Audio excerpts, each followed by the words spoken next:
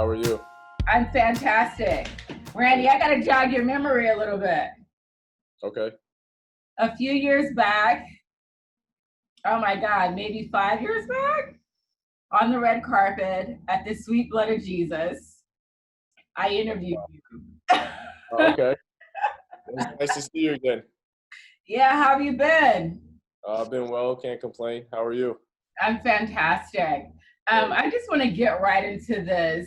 Dear Spike is such an amazing, ode to one of the most iconic and legendary filmmakers of our time. I know you're Spike Lee's protege.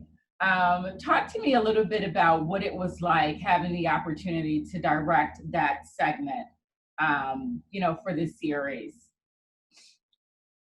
I mean, it was a little surreal. I've known Spike going on 17 years now. I met him back in 2003, and I basically grew up under him as a young filmmaker at the time. So a lot of my style and approach to filmmaking is heavily influenced by him and the choices that he makes and the attitude and approach that he has towards filmmaking. So it was definitely surreal to have the tables turned for at least a couple hours on a Saturday morning. So it was an honor to do it. It was an honor to tell his story. He doesn't really feature himself in stories in that manner many times, so I understood the importance of telling his story in the best way possible and representing him in the best light possible. And I really wanted people to see him in a light that they don't normally see him in the public eye. So You know what? You captured him so well. I've had the opportunity to interview Spike Lee a few times, and Spike is very exacting. He's just like, get in with your question and get out.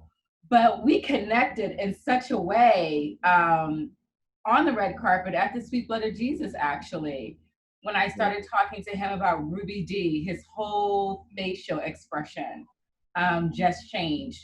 And it just goes to show you that, if you pay attention to people and you really study people, you can really find where their warm spot is. And it was just amazing, to have him on the red carpet, at the Sweet Blood of Jesus, and speaking in a way where he was so warm and so open and so convivial. I had another great experience with him a few years ago, or actually 2 years ago, for Black Klansman, which was another film that was out of this world. So you've had the opportunity to, study under Spike Lee. In your opinion, like, what's one of his all-time, like, favorite films for you, best films for you? 25th Hour with Ed Oh, Norton. wow. Yeah, I just think that personally it had a really big impact on me because it came out around the time where I was making a choice to pursue filmmaking. And it was a seminal film for me in the sense that it gave me a concrete example of the films that I wanted to make in the style that I wanted to make them. It was very influential on me in terms of just a cinematic world and language and approach that I would want to adopt in my own work.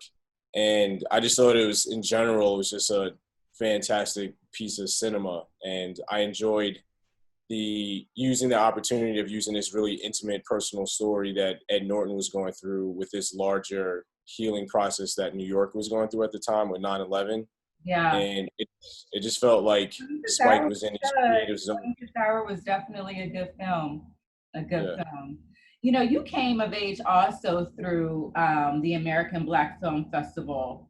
One of your films there, won. Oh my God, I'm having a mind flub. What's the name of the film? Oswald. I can't pronounce it. That's why I'm having a mind flub. How do you say it? Osvaldos. Osvaldos. Won an award at American Black Film Festival. What was that film about? And talk to me about your process in getting that, like, from the script, to the big screen, to ABFF, and then winning. Well, I didn't win that year. You didn't win that year? No, I was a finalist. The Row Effect by Kyle Adrian Scott's film won. But Osvaldo's is a funny Well, you story know what? because, In my opinion, you're still a winner nonetheless. You oh, got it thank right. you. I You're a appreciate winner it. nonetheless. Yeah, and you're Thank working you. with Spike Lee. You won. You won. And you got 3 Emmys. You won. You won. Yeah. I'm doing pretty well. So, Osvaldo's is a funny story because it originally, the first iteration of the story came when I applied to NYU for graduate film. The day that I was going to interview for a spot in the class, I got a haircut. And apparently in the interview, I had a piece of glitter on my face, and the professors that were interviewing me mentioned it. So I thought it was a distraction, so I tried to wipe it off. And they said, well, tell us a story about how that glitter got on your face. Oh, And wow. so I ended up thinking about my barber and telling this story about a single father who was a widow who all of a sudden was thrust into basically raising his 2 kids on his own and falling in love with the hairdresser at his barbershop. So that was like the skeleton of the story that I had to come up with. They asked me to tell the story of 3 places that the barber went to once he closed the barbershop. So I came up with the skeleton of that story way before I even wrote the script. And when I was a thesis student, I obviously had to come up with an idea so I could do a thesis. And I went back to that story. I never forgot that story, and I never forgot the emotional resonance that I had telling that story during the interview. Wow. So I wrote that during my thesis class, felt really good about it. Casted Gina Rodriguez and Lemon Anderson and a bunch of talented young actors. And it just felt like a really strong emotional story that I knew that could connect with people because it was so simple in its premise, but there was a lot of emotion throughout it, and it was performed really well and shot beautifully by Christina Voros, who's had a great career Oh, so far. wow. And yeah, just on a whim, just sent it to ABFF. I was a little nervous to send it because it's an all Puerto Rican cast, but they accepted it. People loved it, and it ended up on HBO. That is remarkable. That is remarkable. What, in your opinion, are a few of the misnomers that young filmmakers have about the industry? And given the day and age that we're in this culture where you can definitely, make a film from your phone, um, films are being nominated for Oscars, and it's so different now. It's so different now. So again, back to my question, what, in your opinion, are some of the misnomers that you think young filmmakers have about coming into this space, about the entire filmmaking process? Well, I think the first thing is because of the easier access to equipment, to connecting your work with the audience. I think too many filmmakers think that this is an overnight process, that you make a film, then all of a sudden you blow up the next day, and that it isn't, they don't view it necessarily as a marathon, when in many ways it is a marathon. It's not a sprint, especially if you want to have a career of longevity. So I think a lot of times they'll see certain people that have done well for themselves, but don't really understand the processes that those people went through to get to the point that they're at now. So I think that understanding that this is a marathon, not a sprint, is definitely one misnomer. I think another misnomer is not understanding the entire process of filmmaking. So I think some people say, well, I'm a director, this is all I'm going to do, and this is all I'm going to learn. When in fact, you can become a better director by being a cinematographer, by being an editor, by doing sound sometimes, learning the entire craft. And I think that being able to learn all of the elements of filmmaking makes your directing and your storytelling that much better. And I also think, and I might be guilty of this myself because there's so much content out there, but I don't think we watch enough movies. I don't think that we break down the craft of enough movies. And I don't think people read enough, to be quite honest.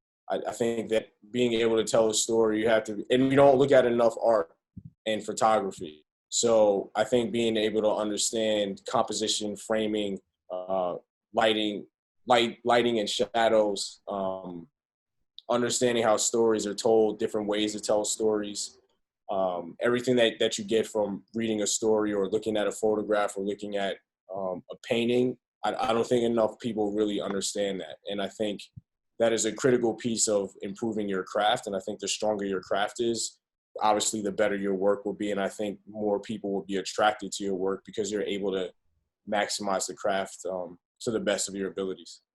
That is remarkable. And I'm so glad you said that. I'm so glad I asked this question because as a journalist, I experience, young journalists coming into the space and, they see me on the red carpet a lot. The red carpet is it's just a small space, Right. A small part of journalism. I'm still a journalist. I'm a journalist Right.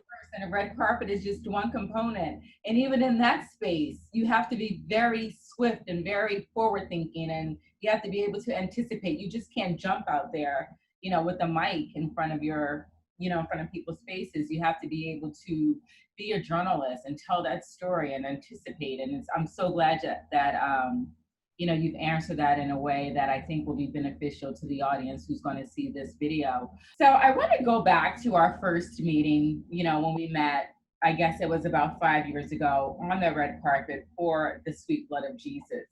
That was a remarkable film, a remarkable film. Well, I think The Sweet Blood of Jesus is now like probably one of my like top 20 favorite films. Yeah, based off of Okay.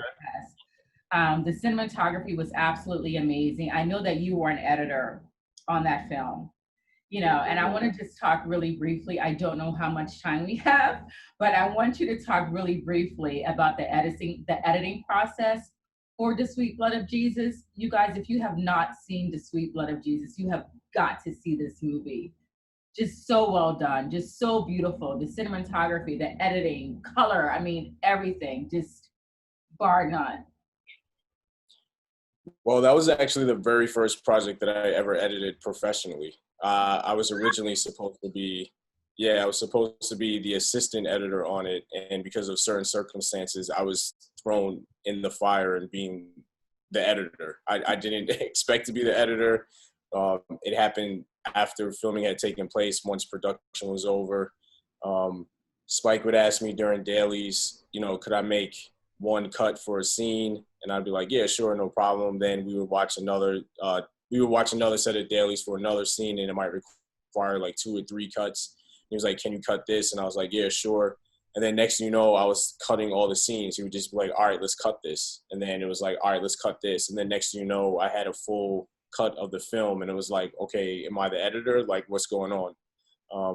So that was a moment that really changed my career. That film has a profound impact on me as a storyteller, me personally, and me as a director, because all of a sudden I was basically thrust into this situation where I had to tell this story as best as I could. And it was a crash course with Spike about really, really learning his process. I knew it up until that point, but not in such an intimate manner. So that film has a very, very special place in my heart because it was the first thing that I've ever done as an editor, but also it's a clear mark in my career where I truly understood what it meant to tell a story on a feature level, on a feature narrative level. And everything since then has stemmed from that process. It wasn't easy. I ended up being the editor and assistant editor, so I was doing 2 jobs, and there was a lot of pressure under Spike to make it the best that it could be because it was such a great story, and he put so much work into it. And I don't know, I think I'm very proud of it. I think it came out really well. And so I have time for one more question. I want to go back to this amazing project, the scene or the part of the series, Dear Spike, directing that. How did you really get Spike to just open up the way that he is? Because he's just so raw and so exposed in a way that I've never, ever, ever seen him. I think it's just years of trust with him. I think that it was more a reflection of our personal relationship, our professional relationship that ended up showing on the screen. I know his story he's told me many things about his mom and what he went through to be the filmmaker that he is and to be the icon that he is. I mean, I spent lots of years with him in a room cutting films with him and learning under him and having a personal relationship with him, a friendship with him. So I think that him being willing to be vulnerable and open and raw emotionally like that is a reflection of years of trust and a relationship that we have outside of the professional realm. And I think he felt comfortable speaking with me. And it felt more like we were having a conversation. And he was telling me even more about himself that I might not have known. I mean, there were things that I learned in the interview that I didn't know prior to it. So I think that it's just, it was a reflection and a culmination of the relationship that we've had up until this point. And I think that part of it too is he wanted to make sure that he put me in the best position possible to have a great episode. And I think that is a reflection of his graciousness and his humility. And, it just showed a different side to him. It just felt like we were talking as if there wasn't a camera there. We were just having a conversation. It's amazing. I mean, just the whole Dear series is quite remarkable. I'm so glad that you were able to be a part of it. You are the perfect person to help tell Spike's story. Like I said, he is one of the greatest directors of all time. And not just Black directors, but one of the best directors of our time. Randy Wilkins, thank you so much for your time. Dear Spike. Dear Lynn. Dear Stevie. Dear Oprah. Dear Gloria. Dear Big Bird. Dear Jane. Dear Allie. Dear Yara. Dear Misty. Your influence on me changed the course of my life. Dear Gloria. Dear Jane. Dear Misty. Dear Steve. There's a line from In the Heights that says, wherever we go, we rep our people. Because of you, wherever my life takes me, I will always represent my people. Thank you, Dulce. Thank you.